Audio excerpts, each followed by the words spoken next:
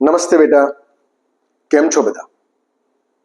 જવાહર નવોદય પ્રવેશ પરીક્ષા પૂર્વ તૈયારી વર્ગ અને કોમન એન્ટ્રન્સ ટેસ્ટની પૂર્વ તૈયારી વર્ગની અંદર આપ સૌનું હાર્દિક સ્વાગત કરું છું. અગાઉના વિડીયોઝ તમે જોઈ લીધા હશે. એની અંદર જે કામ થયું આપણે એ કામની નોંધ તમે નોટબુકમાં અવશ્ય કરી હશે. આશા રાખું છું કે જો આપે નોંધ ન કરી હોય તો નોંધ કરી દેજો. તમે એના ફોટોગ્રાફ્સ પાડી મને પણ મોકલી શકો છો, તમારા વર્ગ શિક્ષકને પણ બતાવી શકો છો. સાથે સાથે ક્લાસની હજી આપણી શરૂઆત છે, તો જે મિત્રો ધોરણ 5માં ચાલુ વર્ષે અભ્યાસ કરે છે અને હજી સુધી આપણી ચેનલ સાથે, આપણા પૂર્વ તૈયારી વર્ગ સાથે જોડાયેલા ન હોય તો એમને વિડીયોની લિંક શેર કરો. તમે સૌ વિડીયોની ચેનલને સબસ્ક્રાઇબ કરી દેજો, જેથી કરી રોજે રોજના વિડીયોની સીધી લિંક અને નોટિફિકેશન આપની સુધી પહોંચી જાય. વિડીયોના અંતે પૂરેપૂરો જ્યારે જોવો ત્યારે વિડીયો કેવો લાગ્યો એની ચોક્કસ કોમેન્ટની અંદર નોંધ કરો અને વધુ મિત્રો વચ્ચે શેર કરશો તો જ્ઞાનનો બહોળો આપણે પ્રચાર કરી શકીશું. હવે અગાઉ આપણે ધોરણ 5ની અંદર રાષ્ટ્રીય ફળ કેરી પ્રથમ પ્રકરણની આપણે ઘણા બધા દાખલાઓની પ્રેક્ટિસ કરી.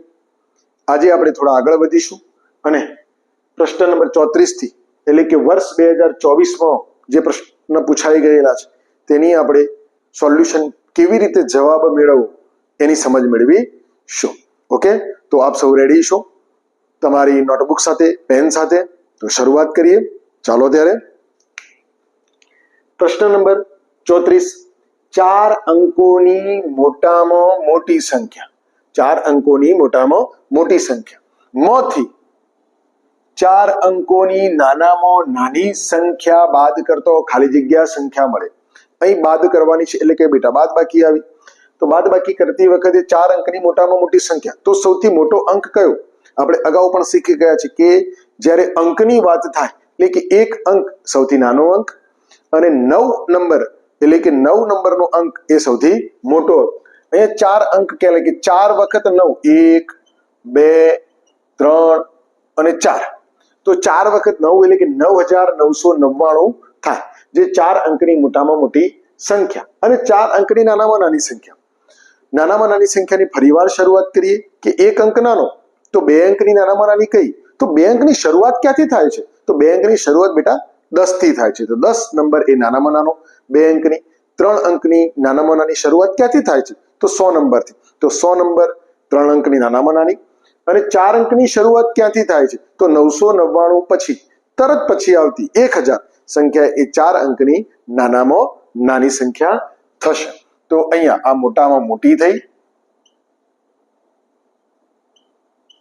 અને ઓછા 1000 એ 4 અંકની નાનામાં નાની સંખ્યા થઈ. ઓકે, તો એની આપણે બાદબાકી કરીશું. બાદબાકી કરતા 9 માંથી 0 જશે તો 9 ના 9, 9 માંથી 0 જશે તો 9 માં 9. અહીંયા એ પણ યાદ રાખવાનું બેટા, એકમ નીચે એકમ અને દશક નીચે દશક, 100 નીચે 100, 1000 નીચે 1000 નો અંક હશે તો જ સાચો જવાબ મળશે.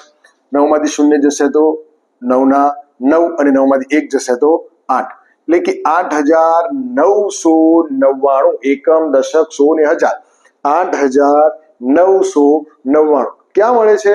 તો વિકલ્પ નંબર એ ની અંદર આપણને મળી જાય છે. ઓકે,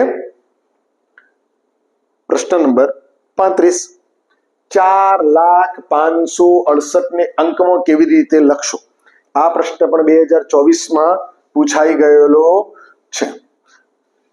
અંકોને શબ્દોમાં લખો અને શબ્દોને અંકોમાં લખો. જો બેટા આ આવડી જશે તો બહુ સરળતાથી વાંચન આપણે કરી શકીશું. સંખ્યાનું વાંચન, એની સ્થાન કિંમત પણ આપણે તરત જાણી શકીશું અને એનો દાખલો પણ સરળતાથી ગણી શકીશું.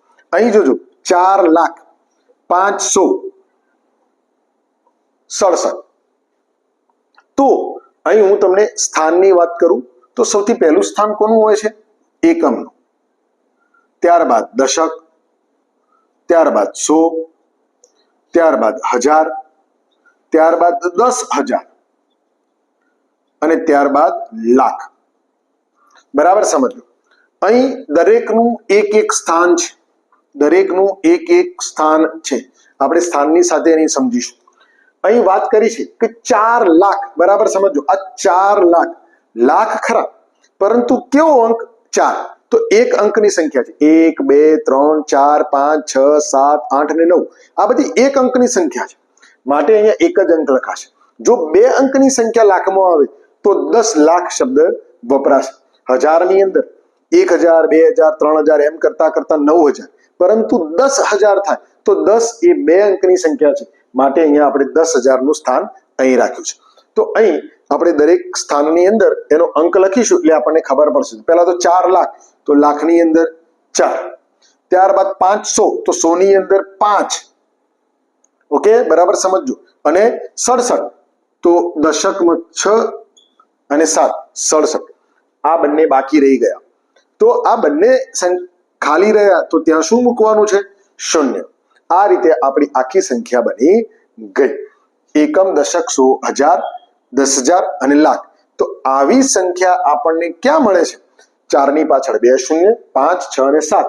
તો તમે જોઈ શકો છો A B C કે D ની અંદર, તો C ની અંદર આપણને મળે છે. આ રીતે આપણે શબ્દો આપેલા હોય તો અંકોની અંદર રૂપાંતર કરી શકીએ છીએ. એ જ રીતે અંક આપેલા હોય તો શબ્દોમાં પણ રૂપાંતર કરી શકીએ છીએ. ઓકે, તો આશા રાખું છું કે બંને દાખલાની અંદર તમને સમજણ પડી ગઈ હશે. બહુ સરસ મજાના દાખલા સાથે આગળ વધ્યા. દાખલા નંબર 36. 3,625 માં 6 અને 2 ની સ્થાન કિંમતનો તફાવત કેટલો થાય? અગાઉ પણ આપણે આવા દાખલા ભણી ચૂક્યા છે, એટલે કે બહુ સરળ, પરંતુ 2025માં આ પૂછાયો છે, માટે આપણે અહીંયા એનું સોલ્યુશન ફરીવાર કરીશું. તો અહીંયા 3,000, આની અંદર 6 એકમ, દશક, સો અને હજાર. તો આની અંદર 6 એ શેમો છે? તો 6 એ 100 માં છે. તો 6 વખત 100, તો એનો મતલબ કે 600. એ જ રીતે 2 એકમ અને દશક, 2 શેમાં છે? તો 2 વખત દશક, તો એનો મતલબ 20. બંનેની શું કરવાની છે? બાદબાકી. તો શૂન્યમાંથી શૂન્ય, શૂન્યમાંથી 2 નહીં જાય, દસકો લઈશું 5. અહીંયા 10, 10 માંથી 2 જશે તો 8 અને 5. બહુ સરળ દાખલો છે, એટલે કે ઝડપથી આપણે આગળ વધીએ છીએ. 580 જવાબ આપણને વિકલ્પ ડી ની અંદર મળી જાય છે. બીજી વાત બેટા, જ્યારે પરીક્ષાની અંદર પણ અહીં દાખલા ગણવામાં આપણને સમજવામાં 2 થી 3 મિનિટ થાય છે, પરંતુ જ્યારે પરીક્ષામાં હોય તો તમારે બહુ ઝડપથી આગળ વધવાનું છે. શક્ય એટલો સમય ઝડપથી ગણવામાં પસાર કરવાનો, જેથી કરી સમય ખૂટે નહીં અને પ્રશ્નો રહી જાય નહીં. બહુ સરસ મજાનો 2025માં પૂછાયેલો આપણું રાષ્ટ્રીય ફળ કેરી, એના અનુસંધાનમાં આવા જ દાખલા રાષ્ટ્રીય ફળ કેરીની અંદર સ્થાન, અંક, સ્થાન કિંમત, એમનો તફાવત અને આ રસનું વેચાણ અને એવા પ્રશ્નો પૂછાતા હોય છે, જે આપણે અહીંયા અભ્યાસ કરી રહ્યા છીએ. તો એવા જ સરસ મજાનો 37મો બરાબર. રકમ જોતા એવું લાગશે કે મોટી રકમ છે, પરંતુ સમજવામાં સરળતા રહેશે. 20 રૂપિયા પ્રતિ કિલો 60 કિલોગ્રામ કેરી ખરીદે છે. અહીંયા ખરીદે છે 60 કિલોગ્રામ કેરી 20 રૂપિયાના ભાવે. બરાબર સમજો. તો આ બંને 20 રૂપિયા કેટલી વખત? 60 વખત. તો એનો મતલબ કે બંનેનો ગુણાકાર કરીશું એટલે આપણને ખરીદ કિંમત મળશે. રમેશ કેરીમાંથી રસ કાઢે છે ત્યારે કેરીના રસનું વજન કેરીના વજનના 1/3 ભાગનું થઈ જાય છે. એનો મતલબ કેરીનું જે વજન હોય, 3 કિલો કેરી હોય તો 1 કિલો રસ થઈ જાય. અગાઉ આપણે દાખલા નંબર 13 14 એમાં આપણે જોયું, તો એમાં આપણે રસનું વજન શોધ્યું. પણ હવે થોડા આગળ વધીએ. અહીંયા વજન કેટલું છે? તો 60 કિલોગ્રામ. આ 60 કિલોગ્રામના 3 ભાગનું વજન થઈ, એના 3 ભાગ પૈકી જે એક ભાગ આવે એટલું વજન થઈ જશે. હવે રમેશ 100 રૂપિયા કિલોગ્રામના ભાવે કેરીનો રસ વેચે છે. હવે અહીંયા એની વેચાણ કિંમત આવી કે 1 કિલોનું વેચાણ કેટલા રૂપિયામાં? 100 રૂપિયામાં. તો રમેશને કેટલો ફાયદો થશે? અહીં ફાયદો શબ્દ હોય, નુકસાન શબ્દ હોય, તો ફાયદો અને નુકસાન ક્યારે થાય તો એ સમજીએ. તો ફાયદો અને નુકસાનનો મતલબ એની ખરીદ કિંમત અને વેચાણ કિંમત બંને વચ્ચેનો જે તફાવત. તો આપણે સૌથી પહેલા અહીંયા ખરીદ કિંમત શોધીશું. કેરીની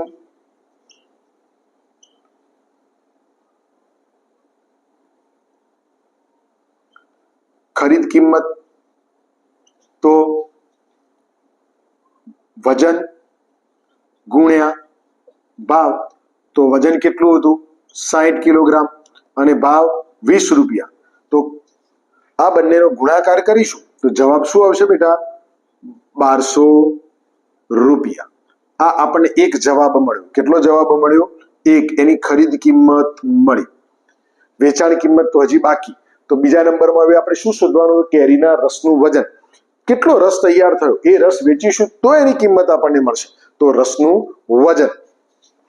બીજા નંબરમાં આપણે શોધીશું રસનું વજન. તો એ શું હતું? કેરીનું વજન ગુણ્યા 1/3 થઈ જાય. ગુણ્યા 1/3 થઈ જાય તો એનો મતલબ કે 60 કિલોગ્રામ કેરીના 1/3. તો આનો મતલબ કે 60 એકા 60 ભાગ્યા 3. કેટલા તરી 60? તો 60 ને બેટા 3 વડે ભાગ કરીશું તો 20 તરી 60. 20 કિલોગ્રામ રસ તૈયાર થશે. આ આપણો બીજો જવાબ આવ્યો. હવે આપણે આગળ શું પ્રોસેસ કરવાની છે કે એની વેચાણ કિંમત કેટલી? આ 20 કિલોગ્રામ રસ 1 કિલોના 100 રૂપિયા. તો 20 કિલોના કેટલા થશે? 2000 રૂપિયા. પણ આપણે શોધીશું વેચાણ કિંમત. વેચાણ કિંમત રસ ગુણ્યા ભાવ. તો રસ આપણો તૈયાર થયો 20 કિલોગ્રામ ગુણ્યા ભાવ 100 રૂપિયા. તો એનો જવાબ આવશે 2000 રૂપિયા. આ આપણો ત્રીજો જવાબ આપણને મળ્યો. પરંતુ આટલું શોધ્યા પછી આપણને જવાબ મળતો નથી. આ તો આપણે જવાબ શોધવા માટેની તૈયારી કરી. છેલ્લો જવાબ શું છે? ફાયદો. તો ફાયદોનો મતલબ શું? તો ખરીદ કિંમત અને વેચાણ કિંમત આ બંને વચ્ચેનો તફાવત. એનો મતલબ કે 1200 રૂપિયા અને 2000 વચ્ચેનો તફાવત. તો 1200 રૂપિયા અને 2000 વચ્ચેનો તફાવત કોણ વધુ છે? વેચાણ કિંમત વધુ છે. વધુ પૈસા મળે છે. ચૂકવ્યા છે ઓછા. એનો મતલબ કે ફાયદો થયો. તો કેટલો ફાયદો? તો આપણે જોઈએ ફાયદો બરાબર વેચાણ કિંમત ઓછા એટલે કે ખરીદ કિંમત વેકી ઓછા ખકી એટલે કે ખરીદ કિંમત એટલે કે 2000 ઓછા 1200 રૂપિયા. તો આપણને જવાબ મળશે બંને વચ્ચેનો તફાવત 800 રૂપિયા. 800 રૂપિયા. આપણે એમને પણ મોઢે પણ કહી શકીએ છીએ કે 2000 અને 1200 વચ્ચેનો તફાવત 800.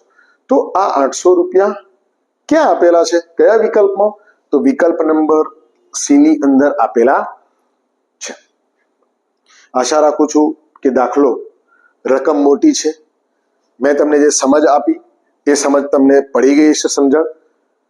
તેમ છતાંય ફરી એકવાર શાંતિથી વિડીયો જોજો, દાખલાને સમજજો અને બિલકુલ આવો મોટો દાખલો પૂછાય તો ગભરાયા વગર શું આપ્યું છે, શું શોધવાનું છે અને કેવી રીતે શોધીશું એ પ્રશ્નોનો જવાબ આપણે મળી છે એટલે આપણે સરળતાથી જવાબ મેળવી શકીશું. ઓકે. વર્ષ 2025ની કોમન એન્ટ્રન્સ ટેસ્ટમાં પૂછાયેલા દાખલામાં આપણે આગળ વધીએ. દાખલા નંબર 38. વર્ષ 2025માં બંને દાખલા પૂછાઈ ગયેલા છે. સમજીશું આપણે. ક્રિકેટની રમતમાં એક ખેલાડી 64 રન કરી આઉટ થઈ જાય છે. આઉટ થઈ ગયો. તેને સદી પૂરી કરવા કેટલા વધુ રનની જરૂર પડે? જો કે આઉટ થઈ ગયો છે ને હવે સદી પૂરી કરવાની જરૂર નથી. પરંતુ એવું જો હોત કે 64 રન કરી અને ખેલાડી ચાલુ છે અને એને સદી પૂરી કરવી છે તો કેટલા રન? તો સદીનો મતલબ શું બેટા? પહેલા તો સદી, આપણે ક્રિકેટ સાથે તમે જોડાયેલા છો, તમે જોતા હશો. સદીનો મતલબ શું થાય? સદી એટલે 100 રન. 100 રન. હવે આ 100 રન કરવા હોય પણ એને કર્યા છે કેટલા? 64. તો હજી કેટલા બાકી? તો 64 આમાંથી બાદ કરી દઈએ. કરેલા રન તો હજી કેટલા બાકી જરૂર પડે? તો આપણે બાદબાકી કરીશું. એકમ નીચે એકમ, દશક નીચે દશક, એ રીતે આપણે લખીશું તો આપણો જવાબ આપણને સરળતાથી મળી જશે. ભૂલ પડશે નહીં. શૂન્યમાંથી 4 જશે નહીં તો બાજુમાં દસકો લેવા જઈશું, પરંતુ બાજુમાં પણ શૂન્ય છે તો એની બાજુમાં જઈશું. 1 ઉપર દસકો લઈશું, 1 ઉપરથી 1 લઈશું તો શું વધશે એની પાસે? શૂન્ય. અને છેલ્લી શૂન્ય ઉપર જેના ઉપર આપણે જોઈએ છે દસકો એના ઉપર 10 મૂક્યા તો વચ્ચે શું? તો એનો મતલબ કે 100 હતા, 100 ની અંદર 10 દશક હોય. આપણે 1 દશકો લીધો તો બાકી કેટલા વધ્યા? 9 દશક. તો એ 9 આપણે અહીંયા બાજુમાં વચ્ચે મૂકીશું કે આ 9 દશક અહીંયા હજી છે. 9 દશક વત્તા 1 દશક, એનો મતલબ કે પૂરેપૂરા 100. હવે આપણે બાદબાકી કરીશું. જો આવો અંક દશકની સ્થાને 100 ની અંદર હોય, શૂન્ય હજારના સ્થાનમાં હોય અને દશકો લેતી વખતે વચ્ચે 9 મૂકવાની જરૂર પડે તો 9 જ આવે, કારણ કે દશકો જ લેવાનો હોય, બાકી વધ્યા 9 દશક. તો એ 9 દશક એ રીતે મૂકીએ છીએ. 10 માંથી 4 જશે તો 6, અને 9 માંથી 3 6 જશે તો 3. 36 રન બાકી રહે. જો 36 રન બીજા કરી દે તો એનો જવાબ 100 રન સદી પૂરી થઈ જશે. તો એવો જવાબ આપણને ક્યાં મળે છે? વિકલ્પ A, B, C કે D માં 35, 38, 32 કે 36.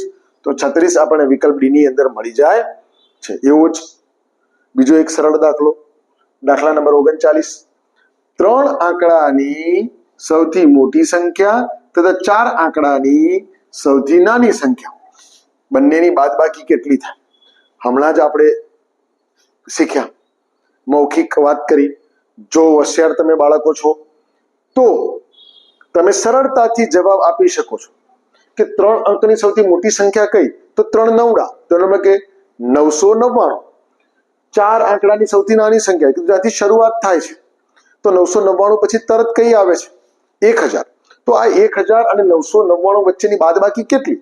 તો તરત તમે કહેશો કે બંને વચ્ચે કેટલી? તો ઘણા છોકરાઓ એને 100 તરીકે પણ ઓળખે છે, પણ 100 નહીં, એના બંને વચ્ચેનો તફાવત કેટલો છે? માત્ર 1.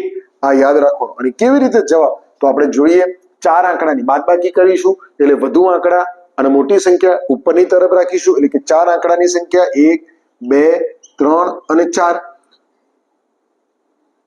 નાની સંખ્યા 4 અંકની ઓછા 3 અંકડાની મોટી સંખ્યા, એટલે કે 3 નવડા, તો ક્યાં મૂકીશું? તો 999. એકમ નીચે એકમ, દશક નીચે દશક, 100 ની નીચે 100. આ મોટી સંખ્યા થઈ 3 અંકની. કેટલા અંકોની? આ 4 અંક અને આ 3 અંક. બાદબાકી કરીશું.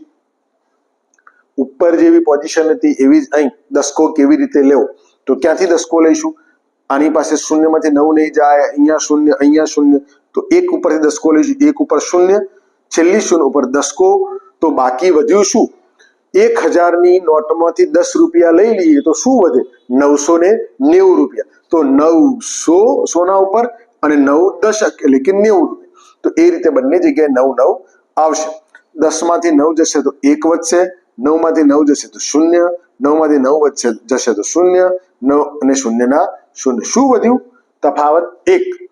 જે આપણે અગાઉ વાત કરી તેમ 1 જવાબ આપણને મળી જાય છે. ઓકે, તો બેટા આશા રાખું છું કે આજના આપણા વિડીયોની અંદર જે કંઈ પણ કામ થયું છે તેની તમને સમજણ પડી ગઈ છે, અને તેની નોંધ નોટબુકમાં અવશ્ય કરજો. ફરી વારંવાર સૂચના આપું છું, દરરોજ આપીશ કે નોંધ કરજો. નોંધ કરતી વખતે જાતે ગણવાનો પ્રયત્ન કરજો. ના ફાવે, ભૂલ પડે તો ફરી વિડીયો જોજો, પણ નોંધ અવશ્ય કરજો. જેટલી તમે લખાણની પ્રેક્ટિસ કરશો એટલી તમારી ઝડપ વધશે, ચોકસાઈ વધશે અને સમજ એકદમ દ્રઢ બનશે, સ્પષ્ટ બનશે. તો વિનંતી કરું છું કે નોંધ અવશ્ય કરજો, અને વિડીયો કેવો લાગ્યો એ કોમેન્ટમાં ચોક્કસ જણાવજો. વિડીયોને શેર કરજો. ફરીવાર વધુ અભ્યાસમાં આપણે મળીએ છીએ. ત્યાં સુધી રજા આપશો.